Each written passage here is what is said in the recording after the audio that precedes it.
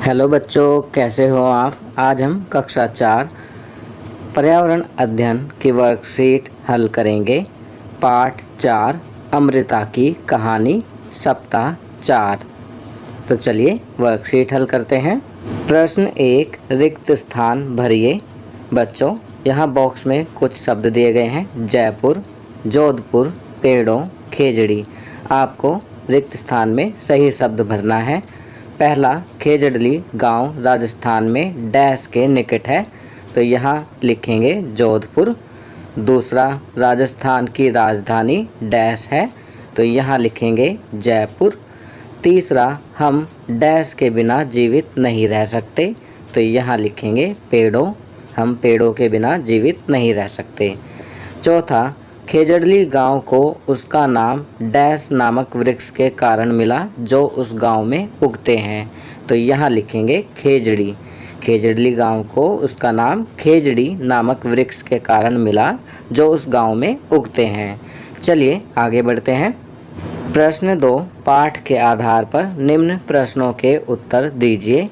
पहला, अमृता हर सुबह खुशी खुशी किससे मिलने जाती थी, तो इसका उत्तर लिखेंगे अमृता हर सुबह खुशी खुशी पेड़ों से मिलने जाती थी। दूसरा, खेजड़ी पेड़ की छाल किस काम आती है, तो इसका उत्तर लिखेंगे खेजड़ी पेड़ की छाल दवा के काम आती है। चलिए आगे बढ़ते हैं। प्रश्न 3 क, अगर पेड़ हैं तो हम हैं। पौधे और जानवर हमारे बिना जीवित रह सकते हैं, लेकिन हम उनके बिना जीवित नहीं रह सकते। पाठ में यह पंक्तियाँ किसने कही हैं, तो इसका उत्तर लिखेंगे पाठ में उपर्युक्त पंक्तियाँ गांव के बुजुर्गों ने कही हैं। चलिए ख करते हैं। आपकी राय में उपरोक्त कथन कितना सार्थक है, कारण सहित उत्तर दीजिए। तो यहाँ पर पूछा गया है, जो ऊपर ये कथन दिया गया था कि पौधे और जानवर हमारे बिना जीवित रह सकते हैं, लेकिन हम उनके बिना जीवित नहीं रह सकते, यह कथन कितना सार्थक है, और कारण सहित अपना उत्तर आपको देना है। तो यहाँ आप अपनी राय लिखेंगे। आपकी सुविधा के लिए मैं लिख रहा हूँ, मेरी राय में उपर्युक्त कथन एकदम सही है, क्योंकि पेड़ पौधों से हमें ऑक्सीजन, फल, फूल, सब्जी, लकड़ी इत्यादि मिलता है। वहीं जानवरों से हमें दूध, अंडा, मांस इत्यादि मिलता है। इसलिए हमारे जीवन के लिए पेड़ पौधे व जानवर बहुत ज़रूरी हैं। हम इनके बिना जीवित नहीं रह सकते, लेकिन ये हमारे बिना जीवित रह सकते हैं। चलिए आगे बढ़ते हैं। प्रश्न 4, इस चित्र में अमृता क्या कर रही है, उत्तर दीजिए। तो यहाँ लिखेंगे इस चित्र में अमृता पेड़ को लोगों द्वारा काटने से बचा रही है। चलिए आगे बढ़ते हैं। प्रश्न 5, खेजड़ी के पेड़ों की तरह कई अन्य पेड़ भी हमारे लिए उपयोगी हैं। आप घर पर पेड़ों से मिलने वाली कुछ उपयोगी वस्तुओं की सूची बनाइए।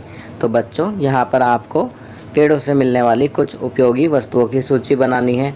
तो बच्चों, हमें पेड़ों से क्या क्या मिलता है, फल मिलते हैं, फूल मिलते हैं, सब्जी मिलती है, अनाज मिलता है, लकड़ी मिलती है, औषधियाँ मिलती हैं। तो ये सब चीज़ें हमें पेड़ों से मिलती हैं। चलिए आगे बढ़ते हैं। जीवन कौशल, वायु को शुद्ध करने वाले पौधे। बच्चों, आज के जीवन कौशल में वायु को शुद्ध करने वाले पौधे के बारे में बताया गया है। स्वस्थ रहने के लिए स्वच्छ और शुद्ध हवा आवश्यक है, फिर भी हमें सांस लेने के लिए शायद ही कभी स्वच्छ हवा मिलती है। लेकिन ऐसे कुछ पौधे हैं जो हवा से विषाक्त पदार्थों को निकालते हैं और हवा को शुद्ध करके वायु की गुणवत्ता में सुधार करते हैं। ऐसे पौधों को वायु शुद्ध करने वाले पौधे कहा जाता है। उदाहरण के लिए snake plant, spider plant, money plant, aloe vera आदि। हवा शुद्ध करने वाले कई पौधों को उगाना बहुत आसान होता है, क्योंकि वे पौधे के तने या पत्ती से बढ़ते हैं और उन्हें ज़्यादा देखभाल की ज़रूरत नहीं होती। हमें इन पौधों को अपने घरों में रखना चाहिए। चलिए आगे बढ़ते हैं।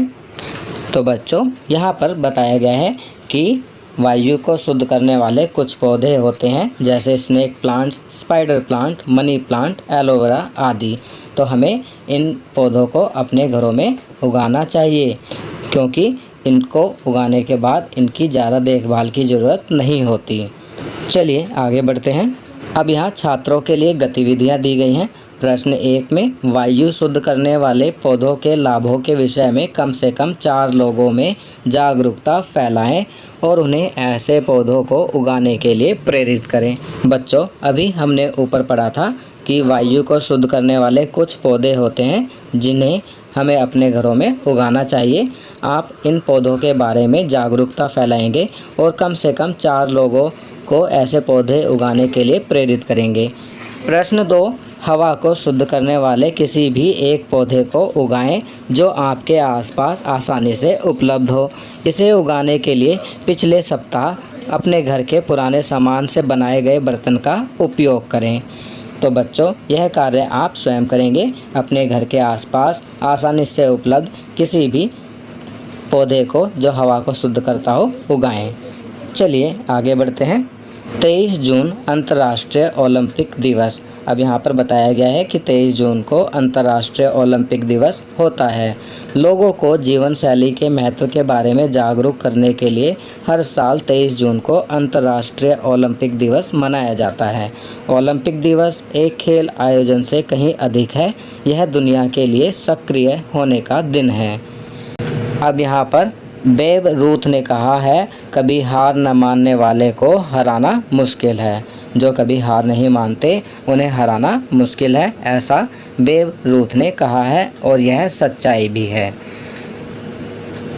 अब नीचे नारंगी रंग। नारंगी रंग का कोई भी भोजन जैसे पपीता, खरबूजा, रसना, जूस या कोई और पदार्थ खाएं पिएं।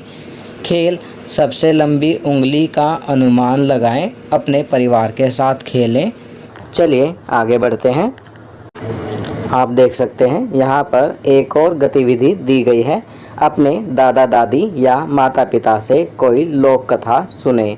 तो बच्चों, आप अपने दादा दादी या माता पिता से कोई लोक कथा सुनेंगे। दैनिक दिनचर्या में निम्नलिखित आदतों को अपनी दिनचर्या में शामिल करें। नीचे कुछ आदतें दी गई हैं, इन्हें आप अपनी दैनिक दिनचर्या में शामिल करेंगे। कौन कौन सी हैं? अपने माता पिता का अभिवादन करके अपने दिन की शुरुआत करें। अपने दांतों को दिन में 2 बार ब्रश करें। प्रतिदिन स्नान करें। खूब पानी पिएं और संतुलित आहार लें। अपने चेहरे को छूने से बचें और अपने हाथों को बार बार धोएं। अपना गृह कार्य समय पर पूरा करें। तो ये कुछ अच्छी आदतें दी गई हैं जिन्हें आपको अपनी दैनिक दिनचर्या में शामिल करना है। तो बच्चों, ये वर्कशीट यहाँ कंप्लीट होती है। अगर ये वीडियो आपको अच्छी लगी तो इसे लाइक एंड शेयर ज़रूर करें। अन्य विषयों पर बने हमारे लेटेस्ट वीडियोस को देखने के लिए चैनल को सब्सक्राइब करना ना भूलें और देखते रहिए हमारा channel knowledge kingdom. Thank you.